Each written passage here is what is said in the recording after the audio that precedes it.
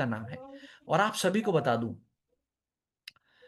भारत में हर 10 में से एक भारतीय व्यक्ति पाइल्स की समस्या यानी बवासीर की समस्या से परेशान है।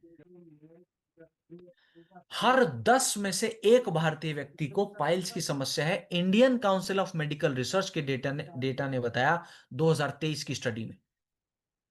और अगर हम मेजरली पाइल्स की समस्या का मुख्य कारण देखें तो आंकड़े भी ये बात को बताते हैं कि जिन 70% व्यक्ति जिनको पाइल्स की समस्या है, अगर 100 व्यक्ति हैं जिनको पाइल्स है, उसमें से 70% व्यक्तियों को पाइल्स होने का बड़ा कारण है उनका कॉन्स्टिपेशन का होना, माने पेट में कॉन्स्टिपेशन का होना सबसे बड़ा कारण है जो पाइल्स की समस्या को जन्म दे सकता है।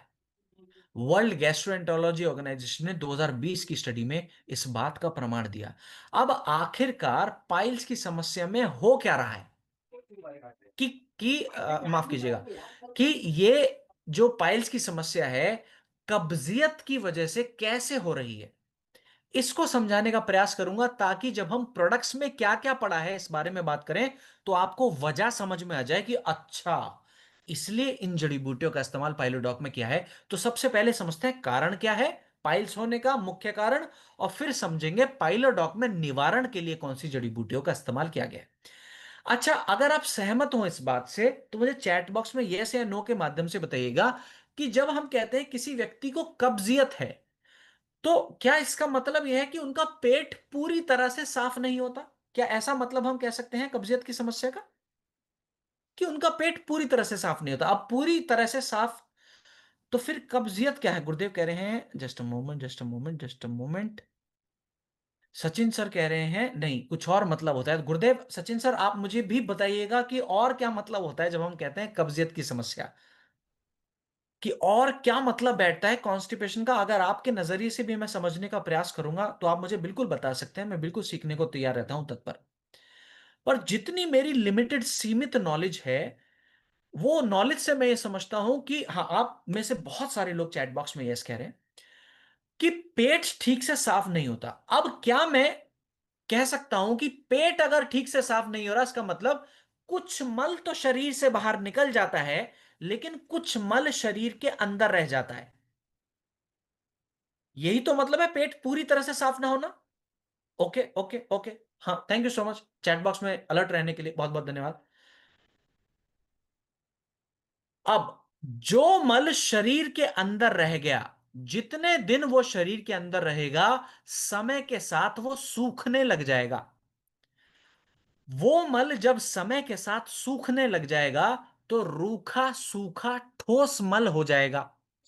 सहमत हैं तो चैट बॉक्स में ऐसे लिख सकते हैं, क्योंकि जितने दिन वो मल अंदर पड़ा रहेगा सूखता रहेगा। अगर वो मल सूखेगा तो होगा क्या, वो रूखा सूखा ठोस हो जाएगा। अब जब आप मल त्यागने का प्रयास करते हैं, प्रेशर लगाते हैं, जोर लगाते हैं, तो हो क्या रहा है शरीर के अंदर, यह समझने की जरूरत है।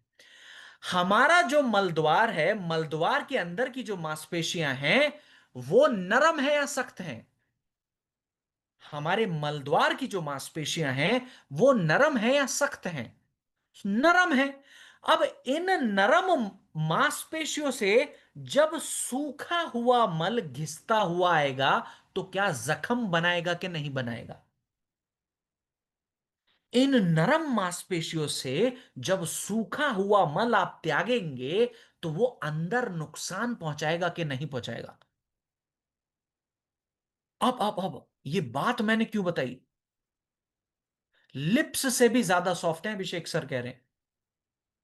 तो जब जब ये सूखा हुआ मल अंदर जख्म बनाएगा, मल त्यागते वक्त आपको दर्द का अनुभव होगा, आपको पीड़ा उत्पन्न होगी। वही पेन आपकी पाइल्स की समस्या को जन्म दे सकता है। और ये जख्मों में जब पपड़ी जमेगी, जब ये हील होना शुरू होंगे, अगले दिन फिर जब आप मल त्याग करेंगे तो ये सूखा हुआ मल उन जख्मों को खुरेदता हुआ आएगा, खुरचता हुआ आएगा। तो कभी कभार ऐसी परिस्थिति में मल त्यागते वक्त खून भी आ सकता है। इस परिस्थिति को हम कहते हैं खूनी बवासीर की समस्या। तो माने कहीं ना कहीं मुख्य कारण बवासीर होने का क्या है? कॉन्स्टिपेशन की वजह से, कब्जियत की वजह से मल का सूख जाना, मल का ठोस हो जाना, रूखा सूखा हो जाना। तो अब आप खुद सोचिए, अगर हम सही मायने में समस्या की जड़ पर काम करना चाहते हैं तो हमारी सबसे पहली क्रिया क्या होनी चाहिए कि मल नरम हो जाए, ताकि पाइल्स से हीलिंग में मदद मिल सके। हमारी सबसे पहली जरूरत ही यही होनी चाहिए। सही कह रहा हूं, गलत कह रहा हूं? क्योंकि हमने कारण तो देख लिया, सूखा हुआ मल कारण है। अब पाइलोडॉक में ऐसी कौन सी जड़ी बूटियां हैं जो मल को नरम करने में मदद कर सकती है? तो आप सभी को बता दूं, हां, पाइलोडॉक के अंदर त्रिफला की मात्रा का इस्तेमाल किया गया है।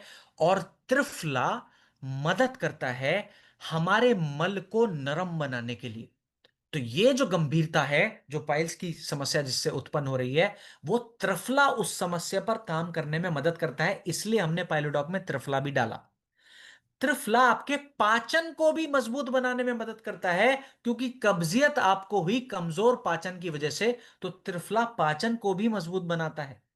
साथ ही साथ पाइल्स में हो रही ब्लीडिंग, पाइल्स में हो रही जलन या सूजन को कम करने के लिए नीम की मात्रा, हरड़ की मात्रा, नाग केसर की मात्रा, दारू हल्दी की मात्रा का इस्तेमाल किया गया है पाइलोडॉक के अंदर। नीम, हरड़, नाग केसर, दारू हल्दी की मात्रा का इस्तेमाल किया गया है पाइलोडॉक के अंदर। ये मदद करते हैं सूजन को कम करने में, और पाइल्स में हो रही ब्लीडिंग को कम करने में ये मदद करते हैं, ये मौजूदा जड़ी बूटियां जो पाइलोडॉक के अंदर मौजूद हैं। और सुनिए, और सुनिए, पाइल्स के टिश्यूज जिनमें जलन मौजूद है, उनको शांत करने के लिए, उन टिश्यूज को रिलैक्स करने के लिए पाइलोडॉक के अंदर एलोवेरा की मात्रा का भी इस्तेमाल किया गया है। ये एलोवेरा पाइल्स के टिश्यूज की जलन को कम करने में मदद करती है, और रिकवरी में भी राहत देने में का काम करती है एलोवेरा की मात्रा। ये जितनी भी जड़ी बूटियों के फायदे मैंने आपको बताए, इन सभी फायदों को साइंस ने प्रमाण दिया है कि हाँ, ये जड़ी बूटियां मदद कर सकती हैं हमारे पाइल्स की समस्या से राहत देने में। अब कितनी मात्रा में पाइलोडॉक का सेवन हमको करना चाहिए, तो आप सभी को बता दूं, 15 से 20 ml की मात्रा गुनगुने पानी के साथ दिन में 2 बार तक आप सेवन कर सकते हैं। 15 से 20 ml की मात्रा गुनगुने पानी के साथ दिन में 2 बार तक, खाना खाने के 1-1 घंटे के बाद पाइलोडॉक का इस्तेमाल किया जा सकता है। अब जो लोग दोपहर के समय में इस्तेमाल करते हैं पाइलोडॉक का, आप चाहें तो मट्ठे के साथ भी सेवन कर सकते हैं। अब रहन सहन की आदतों में फाइबर की मात्रा का इस्तेमाल जरूर करिएगा। यह फाइबर कॉन्स्टिपेशन को तोड़ने में मदद करता है, और कॉन्स्टिपेशन सबसे बड़ा कारण है पाइल्स की समस्या को जन्म देने का। ठीक है? तो ऐसे व्यक्ति जिनको पाइल्स की समस्या है, उनको भोजन की आदतों में क्या बदलाव करना है? फाइबर की मात्रा का सेवन जरूर करना है। इस नियम को शामिल कर लीजिए। और सुनिए, फाइबर जब भी आप सेवन करें, उसका सबसे अच्छा नियम है, सबसे अच्छा समय है खाने के 1 घंटा पहले। समय कम हो तो आधा घंटा पहले ले लीजिए, पर भोजन के पहले फाइबर का सेवन आपको जरूर करना है। यह फाइबर आपकी आंतों के अंदर जाकर अच्छी लेयर बनाता है, और यह लेयर आपकी कब्जियत को तोड़ने में मदद कर सकती है। गुणकारी है, लाभकारी है हर व्यक्ति के लिए जो पाइल से परेशान है। अब हमारे पास एक प्रोडक्ट भी है जिसका नाम है एक्टिव फाइबर। पाइल्स वाले व्यक्ति खाने के पहले 1 चम्मच एक्टिव फाइबर का भी सेवन कर सकते हैं, ताकि पाइल्स की समस्या में ज्यादा जल्दी लाभ मिल सके। खाने के 1 घंटे के बाद दिन में 2 बार पाइलोडॉक का सेवन आप कर सकते हैं।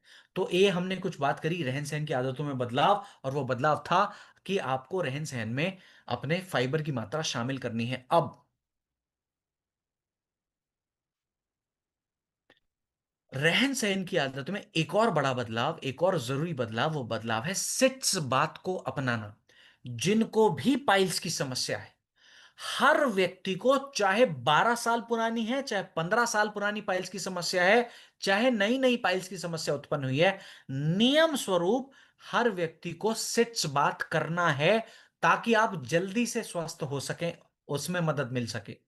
अब ये सिट्स बात क्या बला है, समझा देता हूं। एक बड़ा टब लेना है, टब इतना बड़ा हो जितना जितने बड़े टब में आप बैठ सकें। अगर पूरा ना बैठ सकें तो कूलों को उस टब के अंदर रख सकें और पैर बाहर भी रह जाएं तो भी कोई समस्या नहीं। अब इस बड़े से टब में आपको गुनगुना पानी भरना है। गुनगुना पानी यानी पानी थोड़ा सा गर्म रहे, तापमान उतना रखना है इस पानी का जितना आप सह सकें। जरूरत से ज्यादा गर्म नहीं करना है कि कभी आप इसके अंदर बैठें और पानी तेज गर्म हो और बैठते ही कहें हाय डेविड सर, आपको बद्दुआ दे रहे हैं। ठीक है, मुझे बद्दुआ नहीं देनी है। तापमान उतना जितने तापमान को आप सह सकें। ठीक, अब इस पानी के अंदर आपको बैठना है 15 से 20 मिनट रोजाना। अब होगा क्या, जब इस पानी में आप बैठेंगे गुनगुने पानी में, तो ध्यान ये देना, ये गुनगुना पानी पाइल्स में होने वाले इंफेक्शन को शांत करने में मदद कर सकता है, सबसे पहला फायदा। दूसरा फायदा, हमारा जो मल द्वार है और जो जननांगों के बीच का जो रास्ता है, उस रास्ते को साफ करने में भी मदद कर सकता है। गुनगुने पानी की मात्रा पाइल्स वालों के लिए तो बहुत अच्छा। तीसरा फायदा, जो पाइल्स के मस्से हैं, दाने हैं, टिश्यूज हैं, उन दानों को रिलैक्स करने में भी मदद कर सकता है ये गुनगुना पानी। तो रहन सहन की आदतों में फाइबर को अपनाने के साथ साथ सिट्स बात की प्रक्रिया को भी जरूर अपनाना है। और कहिए वादा कि जिन जिन व्यक्तियों को पाइलो डॉग बताएंगे उनको सिट्स बात भी बताएंगे। अगर वादा कर रहे हो तो चैट बॉक्स में लिख दीजिए वादा, या फिर प्रॉमिस भी लिख सकते हैं। ठीक, चलो बहुत अच्छी बात, प्रॉमिस कुछ आए हैं, एक दो आए हैं अभी प्रॉमिस। प्रॉमिस बढ़ गए, वादे ही बढ़ गए, बहुत बहुत धन्यवाद आप सभी का। वादों को संख्या से पालन करना है। कभी पता चले गुरुदेव ने पाइलोडॉग खाया और पाइलोडॉग को खाने के बाद समोसा लेकर आ रहे हैं, अगले दिन पाइलोडॉग खाया, अगले दिन चाउमीन लेकर आ रहे हैं, उसके अगले दिन पाइलोडॉग खाया तो उसके अगले दिन बर्गर लेकर आ रहे हैं। तो परहेज में मैदा, तला हुआ, मिर्च मसालेदार भोजन नहीं करना है, इस परहेज को भी शामिल करना है ताकि ज्यादा से ज्यादा बेहतर लाभ आपको मिल सके। आज की ट्रेनिंग का अगला प्रोडक्ट है, थायराइड संबंधित समस्याओं को मद्देनजर रखते हुए बनाया गया प्रोडक्ट है